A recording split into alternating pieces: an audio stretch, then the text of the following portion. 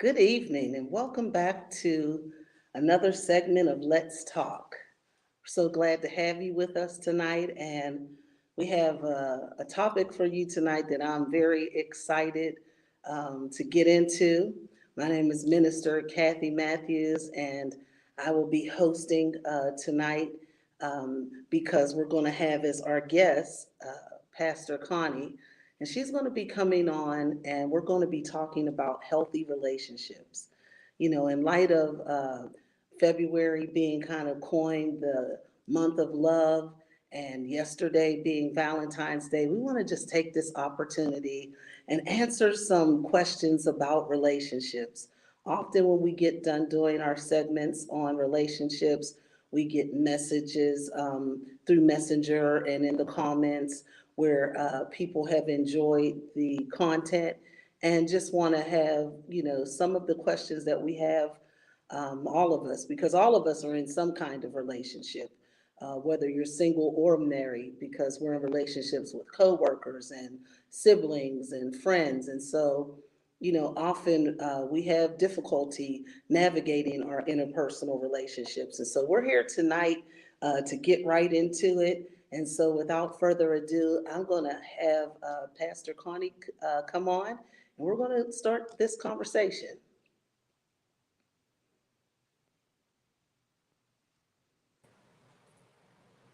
Hey, Minister Kathy.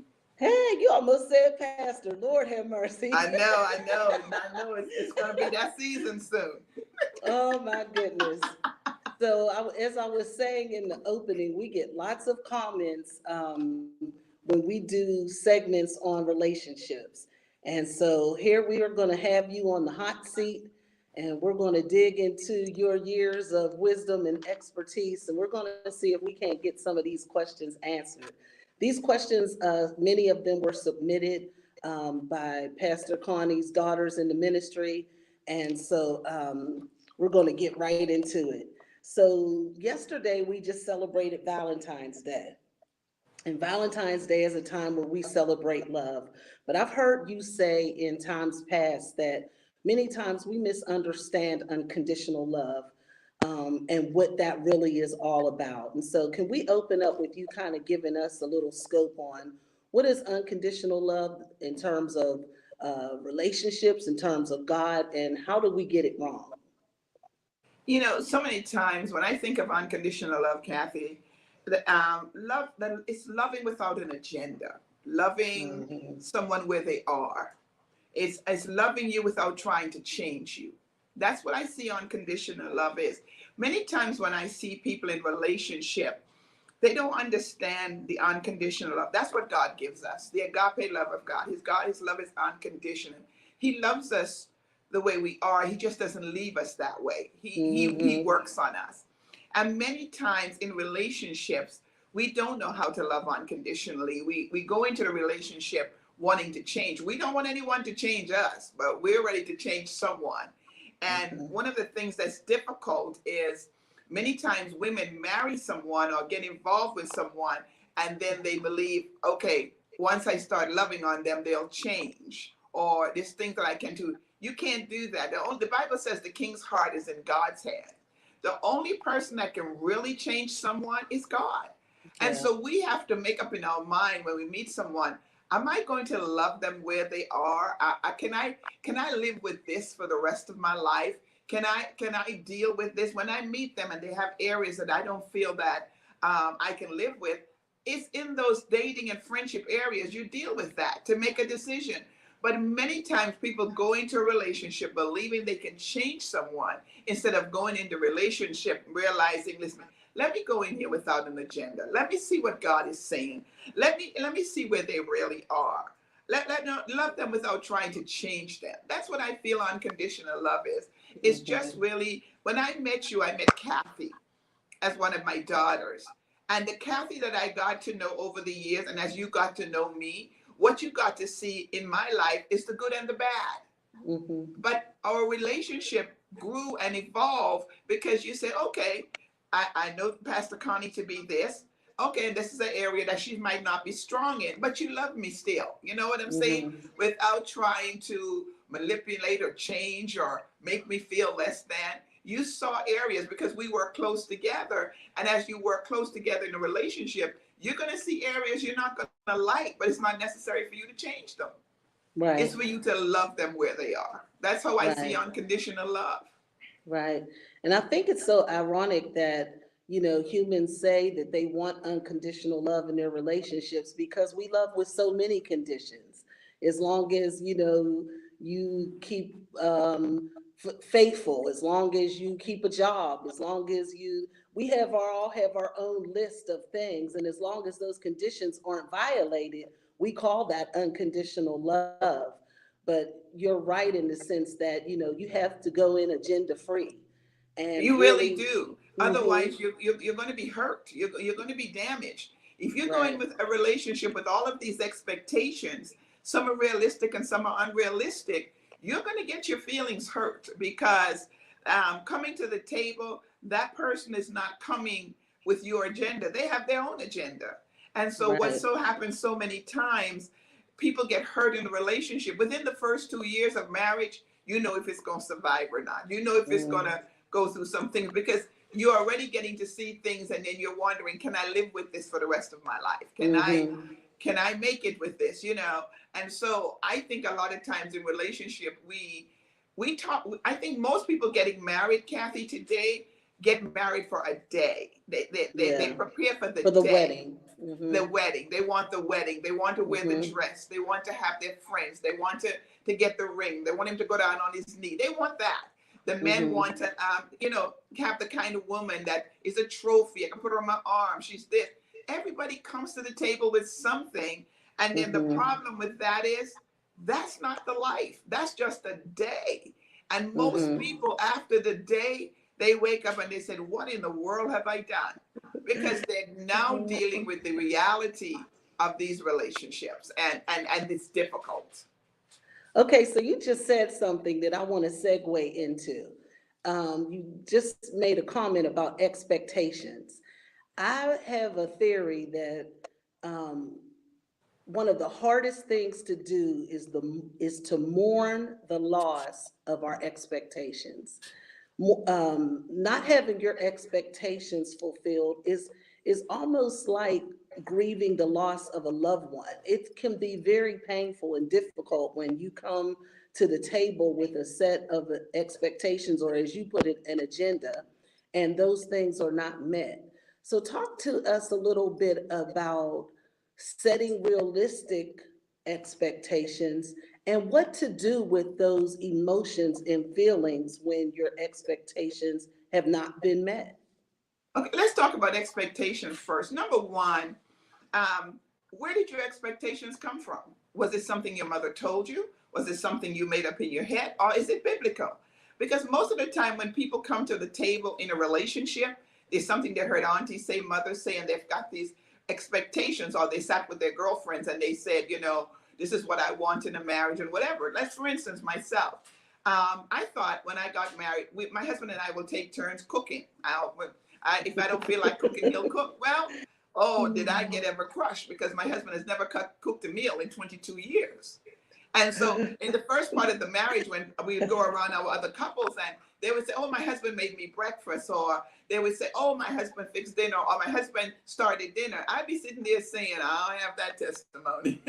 I'd be sitting there saying that. And then I started to realize, okay, did he ever tell you he could cook? Did you ever ask him? I put that in my own head. I made that up. He never told me he was going to make me dinner. He never told me, Connie, I cook. I love to cook, but I thought maybe just one time. And so my husband said to me one day, and I thought it was so funny. He said, babe, you can fast for me to cook, or you can fast for me to do something, but after you fast, it's still going to be purple. It's not going to change colors. And what he was saying to me, I don't cook, and I don't want to cook. And I don't want to make you sick, so I'm not even going to try to cook because I just don't do that, right?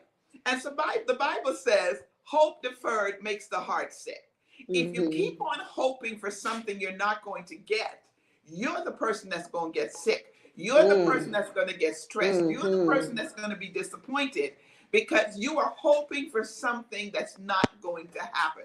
Okay, one of the things, and this is a little touchy subject, one of the things that I deal with couples with that are getting married, usually in their 50s, 60s, they come into, they're sometimes 40s, they come into the relationship and they feel like, oh, we're going to have sex 2, 3 times a week because we haven't been in this and this is it. That was my expectation. I never asked him how many times. I never asked him any. We never talked about it. But in my head is that, and I've had so many couples and women come to me and say to me things like, Pastor, I waited this long and it's not going to be like this and it's not going to be like this and it's not going to be like this. And I'm like, wait, but did you ever ask? Yeah. Did you expect that based on what?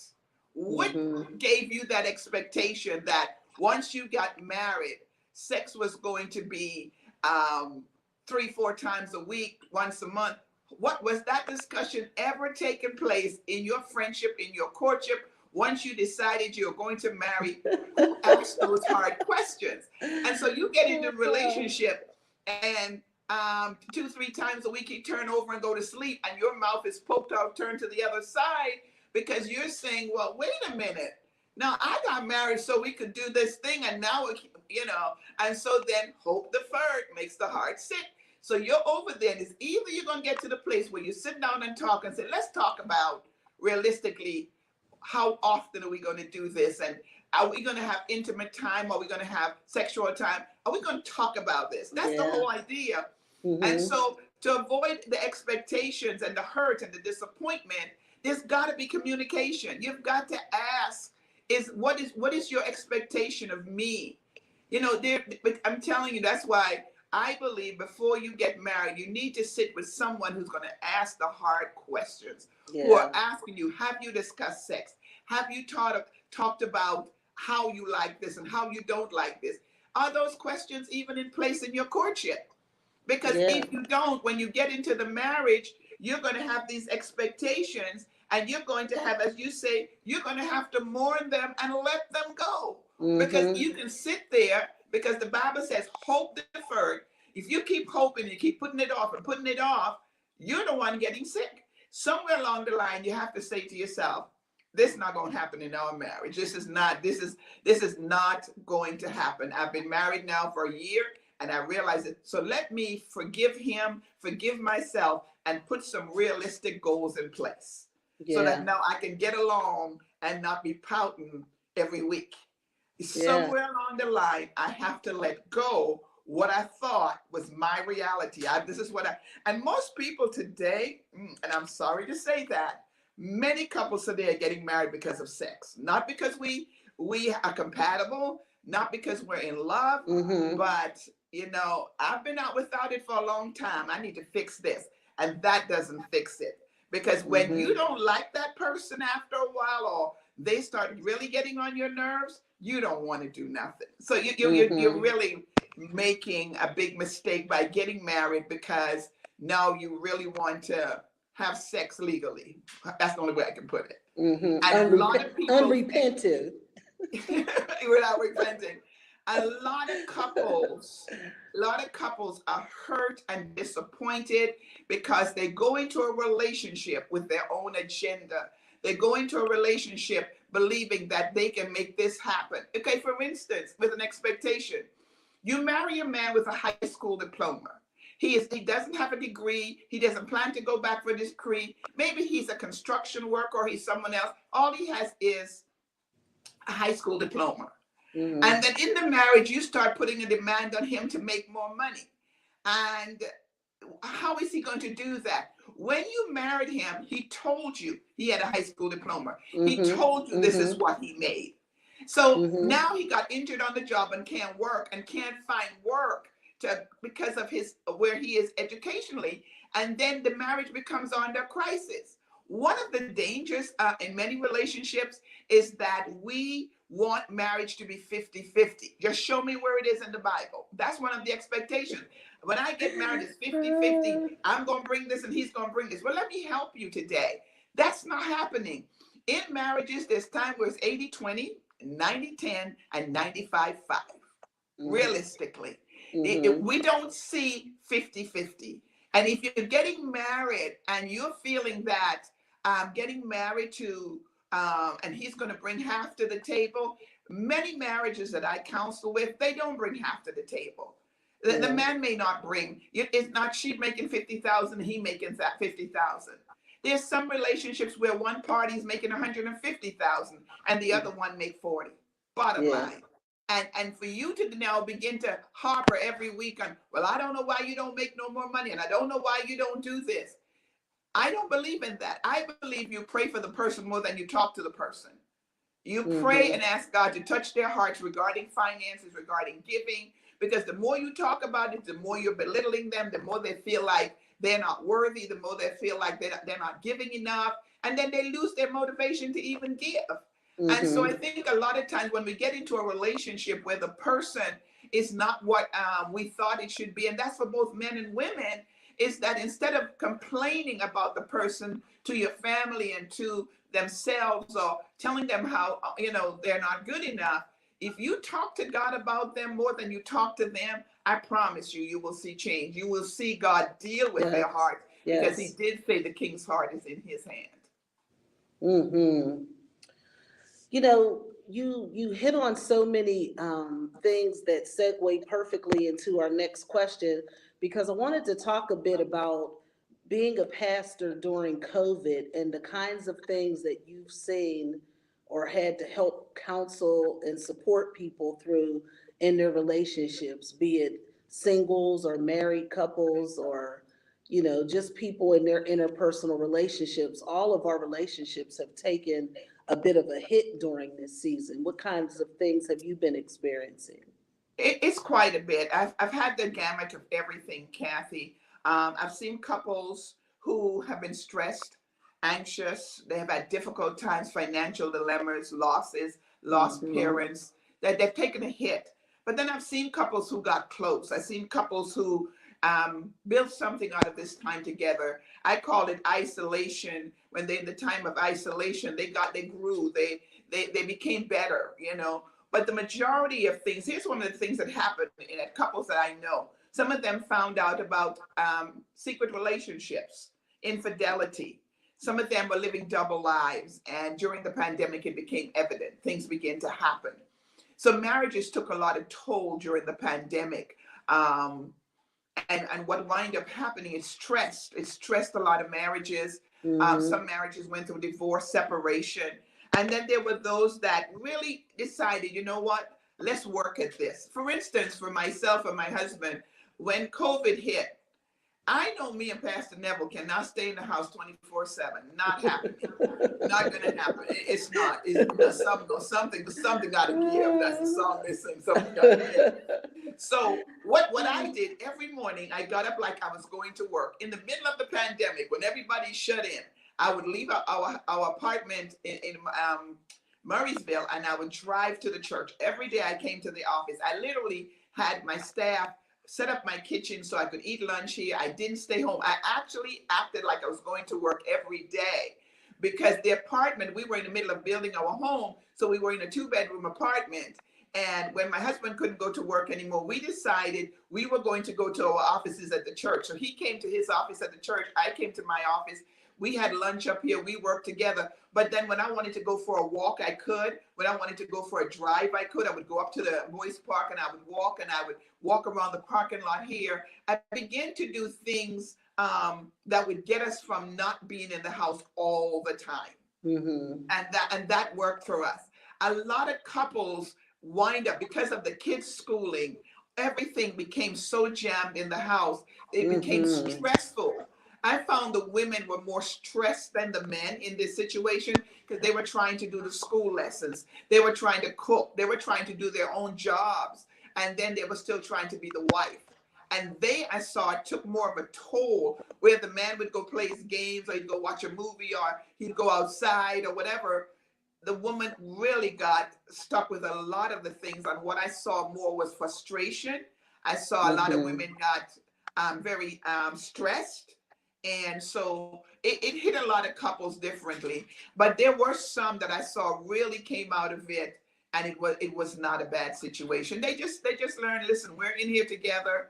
Let's cook, let's watch movies, let's pray, let's go for a walk. Whatever they had to do, they did it so they could survive. But COVID did take a toll on a lot of the couples. Now, the singles, what wind up happening with singles, a lot of them became lonely.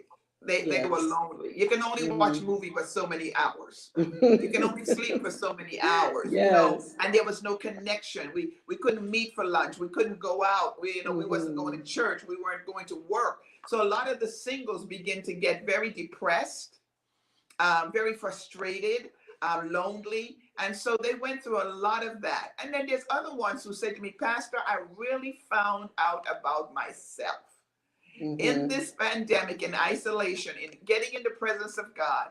I really found out I was not ready for a relationship as much as I thought, because I'm selfish. I am this or I'm that. God showed me in the time of the pandemic, I needed to Mhm. work on myself.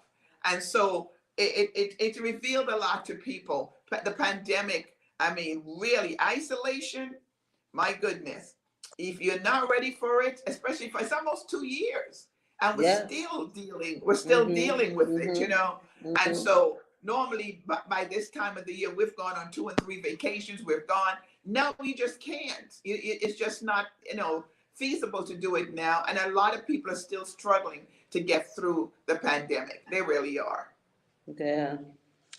That really is something. You just said it's almost been 2 years. No one could have predicted at the onset that this would be something that not only are we, has it been 2 years, but we're still not quite at the end of the tunnel.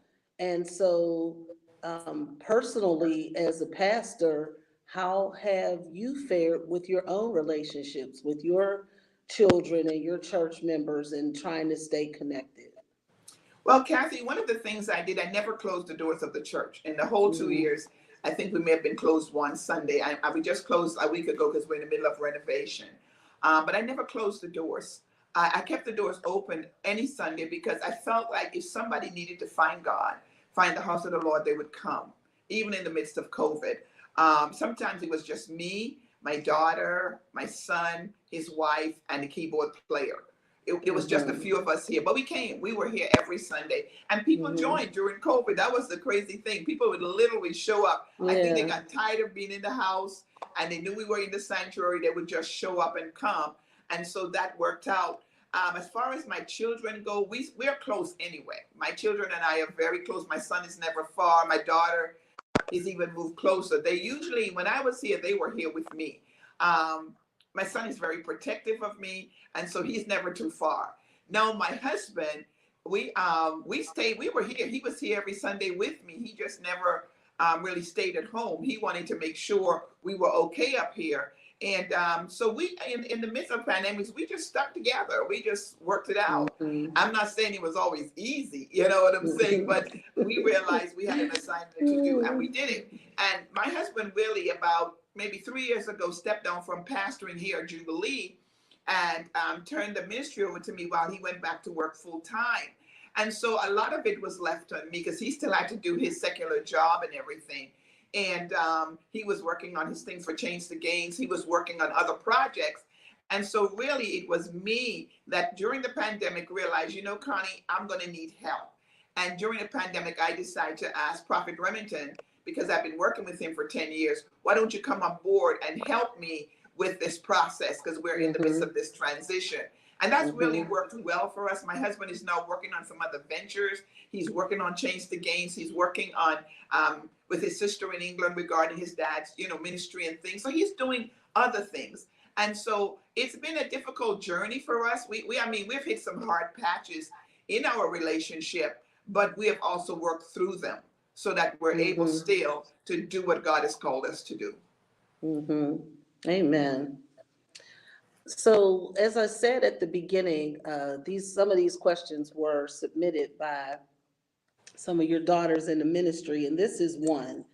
What are some of the blinders or red flags that can cause us to miss God's plan for our lives in the area of relationships?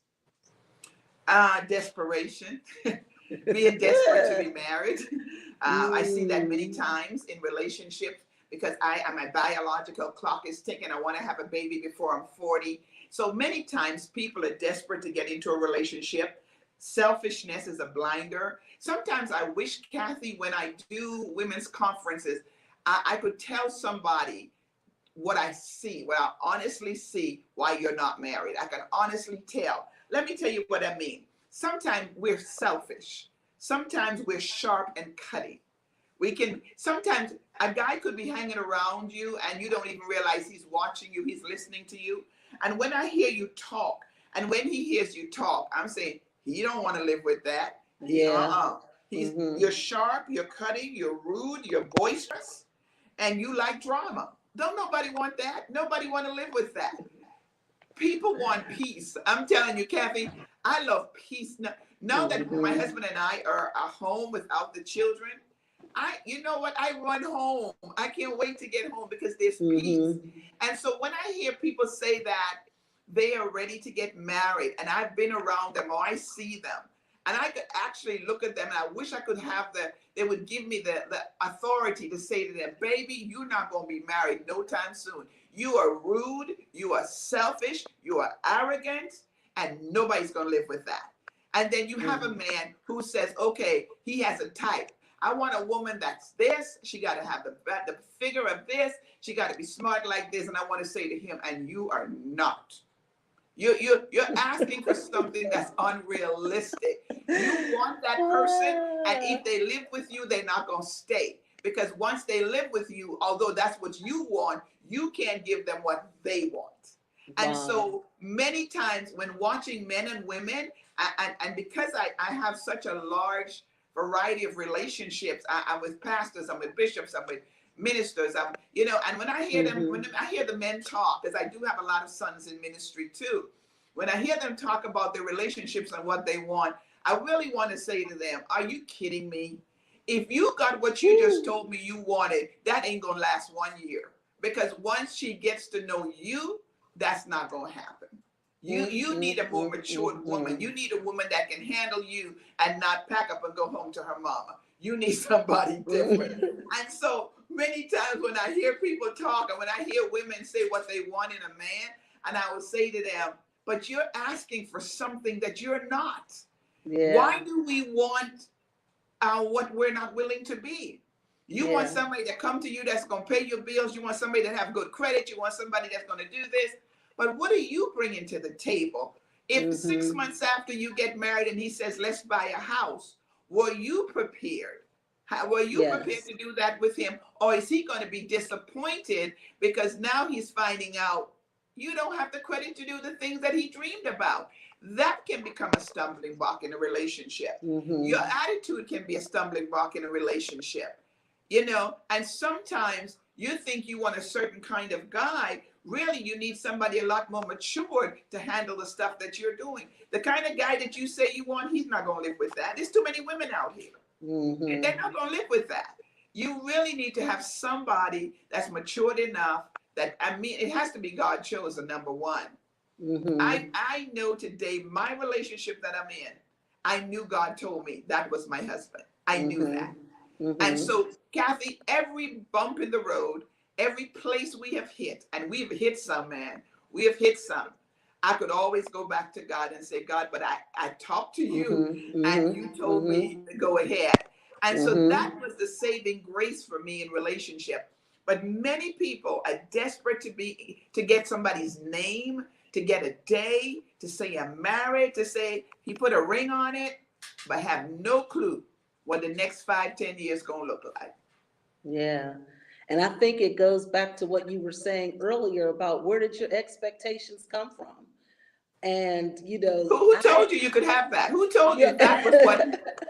And I'll be the first to admit that when I was younger, my expectations were born out of all of the Hallmark movies I watched. I love all those romance comedies and how the guy would come looking for you at the park and say, oh, I knew you would be here. And so a lot of the expectations that I had, they were based on Harlequin romance and Hallmark movie characters, So I had a lot of transitioning to do to set some realistic, expectations into place. It's true, because Kathy, one of the things, I've been married 20 years. I've been married twice. I was married 20 years the first time, and I've been married 22, going to be 23 years this year. I've been married 43 years out of my 66 years of life. Wow. And my first husband was unsaved. He was not a born again believer, but he's the father of my children. My second husband is a born again believer, and he's a pastor. But we're from two different cultures. And so there was a lot of things that I had to learn culturally regarding the marriage. My husband's family has Jamaican descent. I'm from the Caribbean also. I'm from Antigua. So we had a lot of the same foods in common. We had a lot of the same kind of likings in common. But our culture was so different because he was raised in England. I came to America at 19 years old. And so we came from a different background and a different culture. And so we clashed a lot on cultural issues. Our personal life, our personal likings and things that we like, that was never an issue. But when it came to pastoring together, we had no clue what we were getting into. We had no clue that because of my husband's culture and the way he was raised in pastoring and my views on pastoring was like east to the west. We were so far apart on it. And so that was a lot of hit that we took in ministry because of the difference in culture, the way my husband saw things, the way he saw things to be.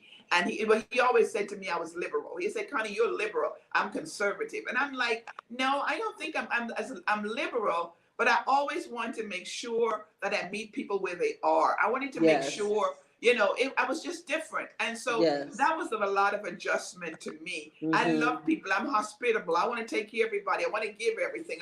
That's how I am. And that was so different to my husband. I remember when we went out on a date, we went to Bob Evans for breakfast. And Kathy, this is so funny. And when I tip strong when I go out to the restaurant. So I think I put like $10 on the table and my husband picked it up. He picked it up off the table. And I'm like, what are you doing? And he said, we don't tip like this in England. We don't even tip. And I'm like, but that doesn't matter to me. I said, that's my tip. And so after a while, he had to learn that we tip here and I tip strong. Whenever I have a good person to wait on me in a restaurant, I will tip big in a restaurant because I realize these guys are making very little and I'll do that. But that's one of the things, we had a big conflict. We were just dating when this happened. And he picked up my tip and I'm like, put my tip back on the table because that's what I do. And so we had to talk about that. The fact that I do things different to him. And he will tell me, but in England, we don't do this. In England, we don't do that. I'm like, well, you ain't in England now. You're in America. And so we were clashing, just courting.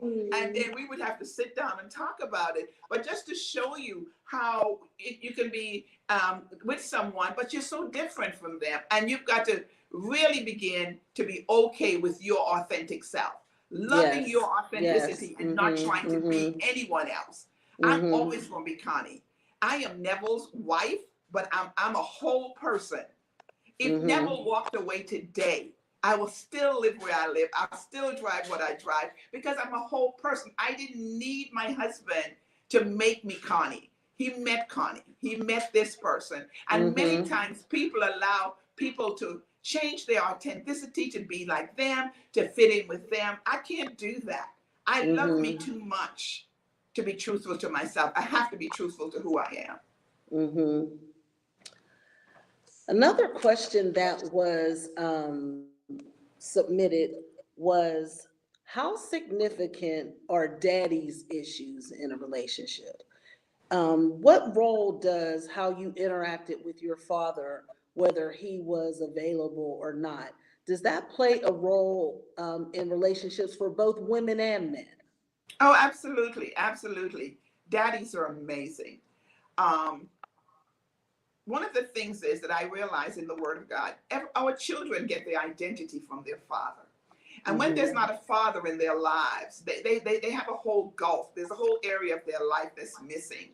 And we have downplayed our men far too long. There's too many women that have kept their children from their fathers. And that was just not of God.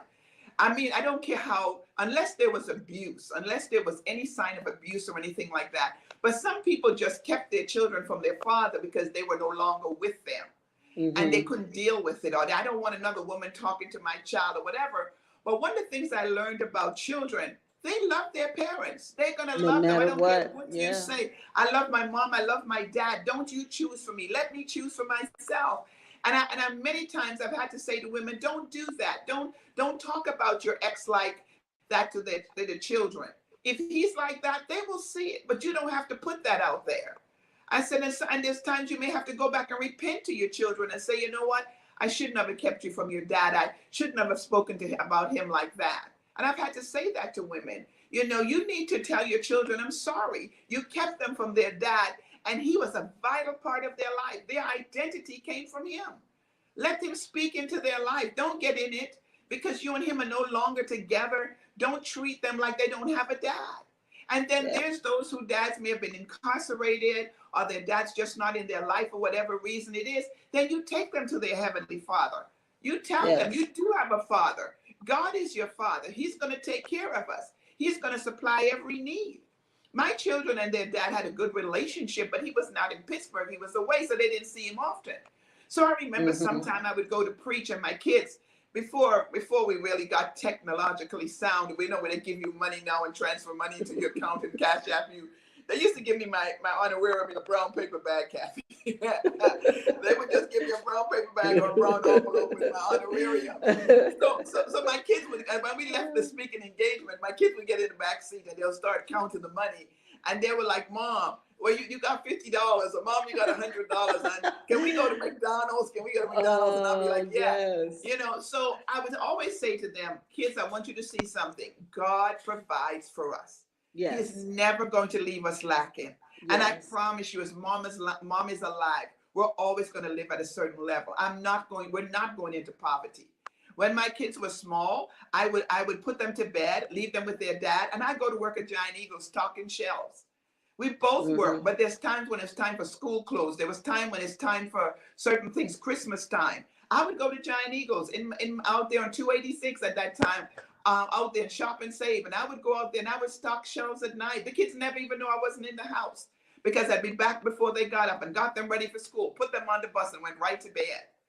Got up in a few hours, went to my salon and went to work. You know, because that's just, the way that I am, just the way I wanted things to be done. But their father was, oh, my kids, my ex-husband has always said to me, you've done an excellent job with our kids. Because I never stopped them from seeing their dad. I don't sit there and criticize their job. What I'll do, my daughter, her dad does nothing wrong. Kathy, she hasn't seen her dad in 3 years, but he's the hero. And I would Mm-hmm. say something like, wait a minute, I'm right here doing everything, and Yes, you haven't said that yes, to me, and you haven't seen him in 3 years. And then I realized, let her hold on to her dreams. Don't steal it from her. yeah, That's how she feels about her dad. Let her have it. And so I would always get to her and say, but Brittany, I done did this, and you haven't talked about me like that. She said, Mom, but I have you all the time. I said, okay. And so that sometimes can be frustrating to the mom, and the mom is there trying to do it all.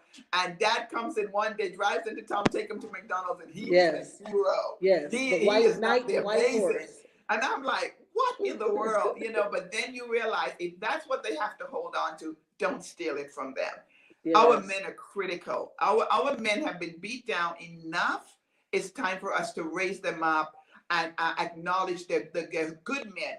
It's not that everybody's not bad, just like every woman's not bad.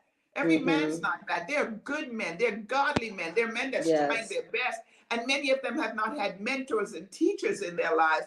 And so we've got to realize that just like we haven't had mentors and teachers in our lives to help us, we're learning as we go. And we have to get to a place where we honor our men and allow their children to be a part of their lives. But what do you say to the people who are full grown adults who still have unresolved conflict with absent fathers? And in many cases, the father is deceased. How do you come to resolution with that when you still having such a hard time, even though, your days of spending the weekend with them or being around them when you're little, those are long gone, but there are lots of people that still struggle with resolution. Because they need therapy, they need counseling. One of the things that we don't want to talk much about in church is the fact that we need therapy. When I went through my divorce, I got divorced in the church, Kathy. And one Sunday I got up to preach. And when I was preaching, I could hear the bitterness in my message, the anger in my message, because I was in the middle of a divorce.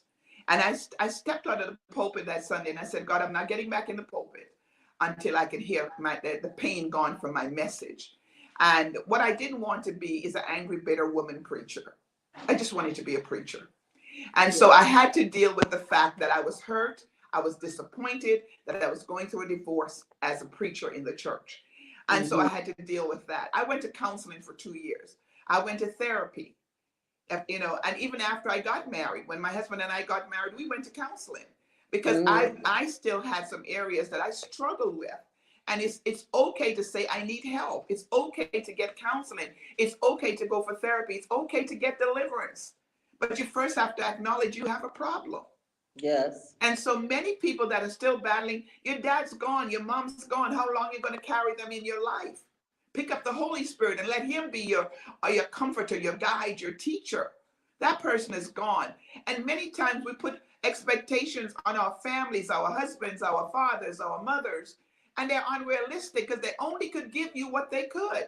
They can't give you something they don't have. I'm sure my kids could say, well, my kids always tease about me and beating. They say, Mom, you used to beat us this and used to do this. And I'm like, but you're alive now, though. You're okay. You're not in jail.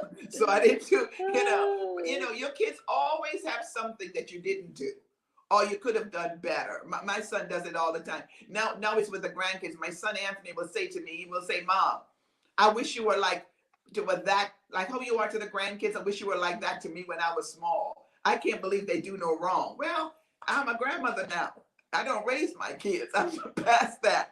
So, that is so important, Kathy, for us to understand is that things change, life changes.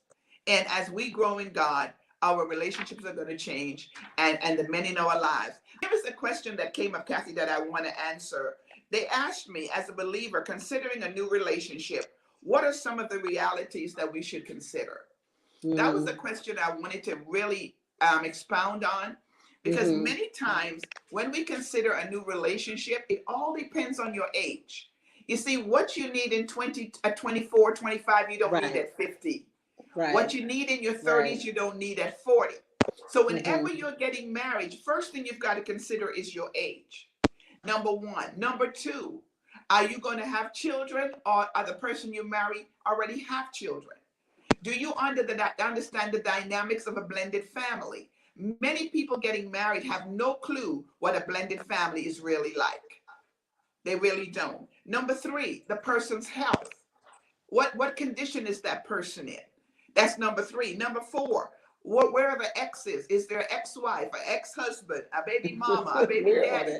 Where all that? When you're getting married at 40 and 50 and maybe 60, you've got to realize whoever you married are either coming with a suitcase or a pocketbook. That's the reality. They're coming loaded with blended families. Could be sometimes there's some people coming with 4 ex-wives.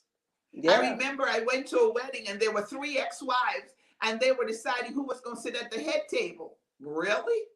Those are some of the dynamics you're dealing with. And so when you're getting ready to get married and your 40s and 50s, you cannot come into those relationships with unrealistic expectations. You need to understand blended family. You need to understand a daughter and father relationship. There's some things that you have to understand coming into a relationship in your 40s and 50s.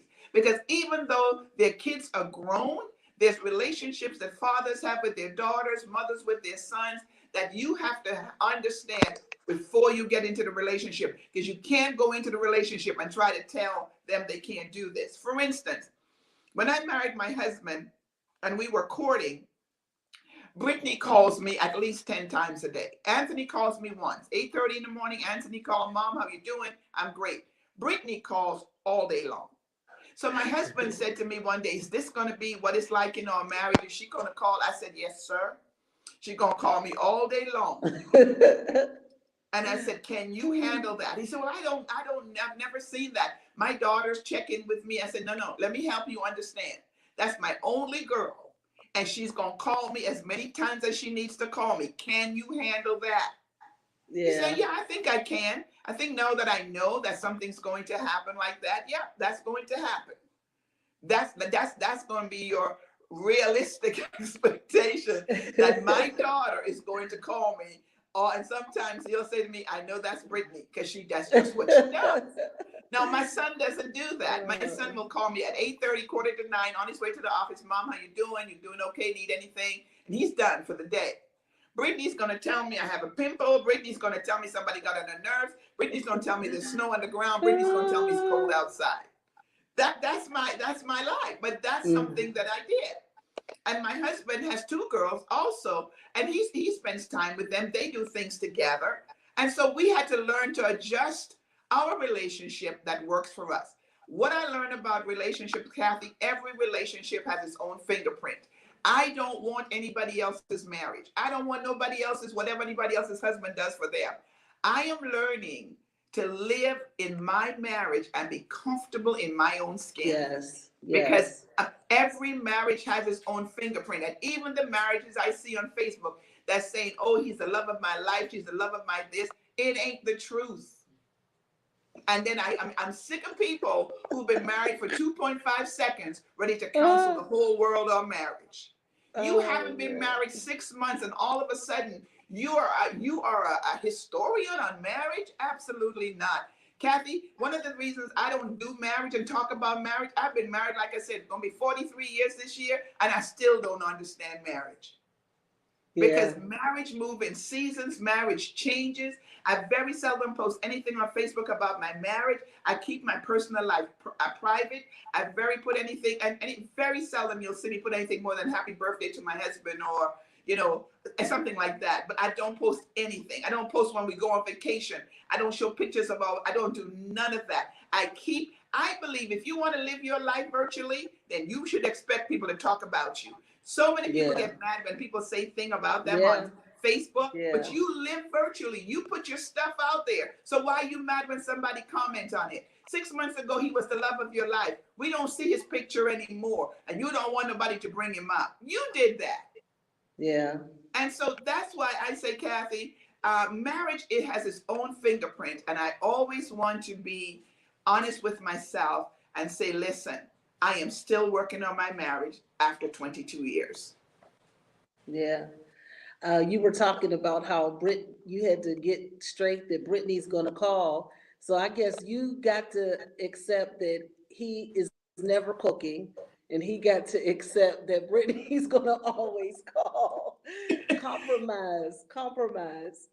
So one of the questions that we also have here, it's dealing with how a lot of women have had to take on traditionally male roles because the man is not in the home. And so they've had to kind of take on the running of the household and kind of being the head of the family. And then they get in relationships and they struggle to relinquish that leadership to their spouse. So can you speak about what you can do if you are currently in a relationship and you kind of struggle with taking over, or if you're looking to get into one? How do you balance out some of those autonomous strengths that you developed in your singleness or because of lack of support, and relinquish that to the person that you are in your relationship with? I think, Kathy, those things are to be discussed in your courtship, and who's going to handle the money, how much money you make. My spin on finances in marriage is this. You can have one person in the marriage that makes $200,000 a year, $150,000 a year, and you can have somebody in the marriage that makes $50,000 a year. My spin on it, when it goes in the bank, is $250,000. It's all ours. And once we discuss how we're going to handle it, I'm okay with that. I'm okay in how we're going to handle the money. What I won't tolerate is somebody that's just not going to work. That's not going to work for me. I'm not going to live with someone that's just not going to work. I can understand if you've got injured. I can understand if you're laid off or whatever, but you've got to bring something to the table. And so many times women take on that role where They want to, run everything, but you can't. If you have a spouse that's better with you with money and handling money, then you can relinquish it to him. If you're better with money, then you talk about it, but you make sure that you show him the budget. You show him what you're spending on. He sees where the money's going. He doesn't feel left out. And then as far as the other duties in the house, those are things you talk about in courtship. Honey, who's going to do this? And honey, how are we going to handle vacations? And who's responsible? You have to talk about those things. You really, really do. It's necessary. Because if you don't talk about them in courtship, trying to talk about them once you're in the marriage is going to be difficult. They should be already addressed once you decide you're going to get married. Who's going to handle what? And don't marry a man because you're ready for somebody to shovel the driveway, and don't marry a man because you're ready for someone to take out the garbage. Don't do that. Don't do that. Oh, I'm going to get married because you know what? I'm so tired of shoveling this driveway, and I'm going to get married because I'm so tired of taking out the garbage. Listen, because you marry somebody don't mean he's going to take out the garbage, and it don't mean that he's going to shovel the driveway. He's not. It doesn't mean that. The bottom line is you're marrying the person that God has ordained for you. Yeah. And you need to know where he is. The first thing that you need to do is pray for God. Where is my husband? You said he'll give me the desires of my heart. When I was single after my first marriage, I was about 2-3 years single after my first marriage. And I said to God one day in prayer, I said, listen, I don't want to marry someone that I'm in ministry with. And no, I want somebody different. I want to go overseas. And I got a speaking engagement in England. And in England, I met my husband. And he came back to America. Your spouse may not be in your proximity. They may not be nowhere close. You've got to be open to know where your spouse is. It's like somebody said, okay, I'm not going to meet nobody on the internet, and I'm not going to travel to meet anybody. Well, then you're going to be by yourself, because the first thing you need to ask God is, where is he? Where is my spouse? Is he in my proximity? Is he in another country? Is he in another state? Where will I meet him? How many of you know God is a revealer of truth? Yes. You know, you can't just go to work, come home, go to sleep, and think you're going to meet your spouse. Nope, not going to happen. You need to ask God clearly, where is my spouse? Is he in this geographical location? Is he in another city? Is he in another country? Where is my spouse? Because God, you said you would give me the desires of my heart. My desire is to be married, and you know where my spouse is. We have to trust God that when we ask God for something, he's going to reveal it to us. And that's what we have to understand. If you're sitting here waiting for him to come through the church doors, you're going to get your feelings hurt, because he's probably not coming through them church doors. What about when the area you struggle to relinquish the leadership has to do with like governing the home, the decisions about the children, or, you know, the decisions about things of that nature, like this one, your spouse finds out, you know, you let the children do something and you didn't discuss it. How do you navigate those things that are not necessarily financial based? A lot of times it's a matter of communication, Kathy. Because my husband and I were in a blended family, my husband always says it like this: we collided. Our marriage went on a total collision, head-on train wreck. We went boom. I mean, we did. Because my children were raised a certain way. My husband's children were raised a certain way. We all moved into the same house. And what we realized, my husband and I went on like we were just, it was just two of us. And it wasn't. It was 5 teenagers in the house now, and they all had their own idea. So when decisions were to be made, I had to sit down and I had to say to my husband, okay, I didn't like how you spoke to Brittany. You were just coming on too strong. We talked about that before we even got married. I told my husband, anytime there's a correction from my daughter or my son, come to me. If your daughter do something, I'll come to you. But I don't want you to confront my daughter or confront my son without me. These are things we discussed prior to getting married, because I was very protective of my daughter. I didn't even want to get married because of my daughter until she got to a certain age. And when I found out my husband had 2 girls, that was one of the only reasons he was even put on the agenda, because I realized, oh, he has 2 girls, so he's comfortable with girls. And one day I heard Brittany talking to him, and I realized she was comfortable. So what we had to learn to do, Kathy, in that case is talk about it. How are we going to handle this, and how are we going to deal with this? Because many times whenever it comes to children, men and their daughters, that's a whole nother story. Women and their son, whoa, another story. So many times a man is saying, man, you got to deal with your son. He can't walk up in here and be a man. Only one man in this house. You understand what I'm saying? So what he was saying to you is like, how are we going to navigate this is by talking about it. Let your sons know I'm in charge, or let your daughter know this. You have to talk about it, Kathy. You can't just come into a relationship and think that each other just going to understand. Those are, especially when it's a blended family, those things have to be talked about in the courtship. Because to me, those are literally divorce issues. It really is. You really can find yourself going through a separation and divorce all because we never discussed it, and you don't like what's going on. Wow. So before we have to close, just one last question I wanted to ask you was, when you're sensing that you're coming to the end of a season, in a relationship, be it friendship or marriage or whatever, or dating or whatever, you feel that you're sensing the season is coming to an end and it's time to move on. What advice do you have about how we can end it without wounding each other? Number one, honesty. Number one is honesty, and number two, not having any sexual relationships. The majority of time, when someone decides to go off to be with someone else, if they have been sexually active, you're dealing with soul ties, you're dealing with hurt, you're dealing with disappointment. And that's why it's so critical in the ministry and in church that we don't become sexually involved in a relationship. We don't, because that's where the problem comes in. Number one, you have to be honest with the person. Number two, you have to make sure you've set proper boundaries.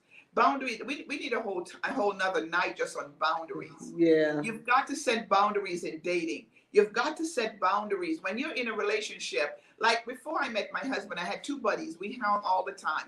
But when they wanted to hang with me, we went to movies together. We ate together. They traveled with me. When I was speaking locally, they would drive me. But I was very clear in the beginning, you are not my husband. You are not my boyfriend.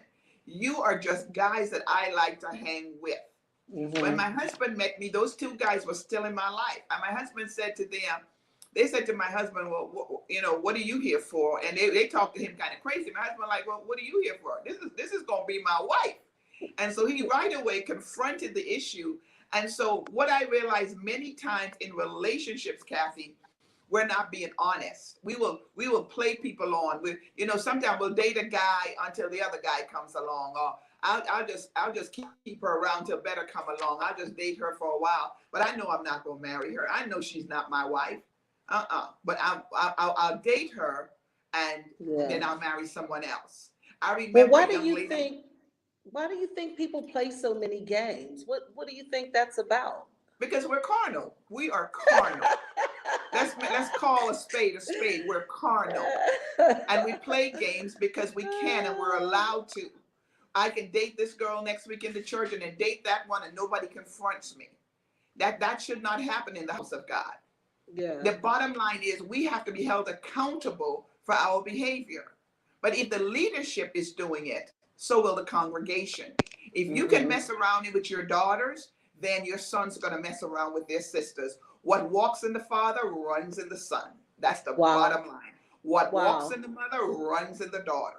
So if you have a whorish spirit, you have a spirit of carnality, and you don't address it, I don't care what your title is, it will run through your church. And that's why there's so many times young ladies in the church getting pregnant, they're still allowed to sing. Young men in the church and battling their identity, they're still allowed. Nobody's addressing issues because I don't want to lose their gift. And that is sad. We as pastors have to address issues in the church, not because of someone's gift. If everybody said you're not playing till you get yourself together, but they will leave your church and go play with somebody else because bottom line is they have a gift. We have to learn to address issues, Kathy.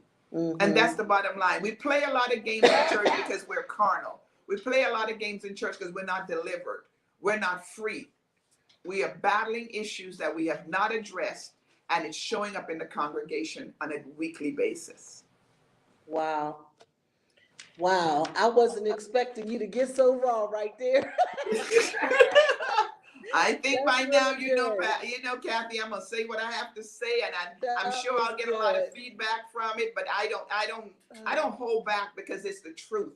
The church has become carnal. Our sons and daughters are not safe in church that they're supposed to be. Our sons and daughters are sexually active, and there's no accountability, and that is sad.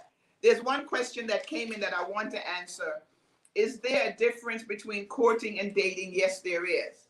Dating, when you date someone, it's selfish. Courting is with intent to marry. When I'm courting someone, I have intent to marry that person. I won't even talk with somebody as far as going out unless they are intent to marry. I've watched them, I've observed them, they've asked me out. That's intent to marry. Dating is I date you, you feel a need for now, and I go on to the next date. I don't believe the body of Christ should be dating here, there, and everywhere. You need to observe the girl that you like. You need to observe the young man that's talking to you and decide, once we decide we're going to be going out together, we're going to court with intent to marry. I Wow, see that's some good. things in you that I want. I don't want to date. One thing I never did, I'm not dating you. And then after I date you, I break up and I date someone else. And then I break up and I date someone else. I don't have that history. I don't have that in Yeah. the church. Because I don't want that for my daughters. I don't want that for my children. I don't want that for my sons and daughters in ministry. I never dated my husband until I fasted. When he told me he was interested in me, I said, give me 3 days. I was at Petra Ministries at that time. I came home and did a 3-day fast. And I asked God, is that my husband? Because I don't want to waste my time. He lives too far. I don't want to waste his time. After 3 days, the Lord told me that was my spouse. Cheryl Yeah. Bass Foster from Ohio was here at Petra with me. She walked up to me and she said, do I taste wedding cake? I said, what are you talking about? She said, I know God just gave you an answer regarding Pastor Neville. Wow. Wow. I never dated my husband until I got a release from God. And after God told me he was the one, I told him he had to come and meet my sister, my children, and my pastor. Before I even commit to courting him, he had to meet, he flew to New York, met with my sister. We drove from New York to Pittsburgh. He met my children, and then he went and met with my pastor. And Pastor Clay said to him, we're going to lunch without Connie because I need to talk to you. I Wow. would not court him until I was in my I was 42 when I met Pastor Neville, and I would not date him or court him or go out anywhere with him until my pastor said he's the one. Wow. At This was 42 good. years We old. have run out of time. This was Ooh, so good. we sure did. And if you're watching and you enjoyed this content, please let us know in the comments. We'd love to know, and we'll be back for more of these kinds of conversations. Thank you again, Pastor, for Wow, the time went quick. it did for letting us have it. And next week we are going to have Bridget and Deacon John Fox on. We've had them on several times regarding in our relationship series, and they're going to be back next week to do a relationship boot camp, and they're going to be talking uh, about all the different facets of relationships in terms of finance, expectation, boundaries. They're an anointed couple, and it really is their gift to deal in this area. So please join us back next week. And until next time, may God bless and keep you. And thank you again for joining us. Good night.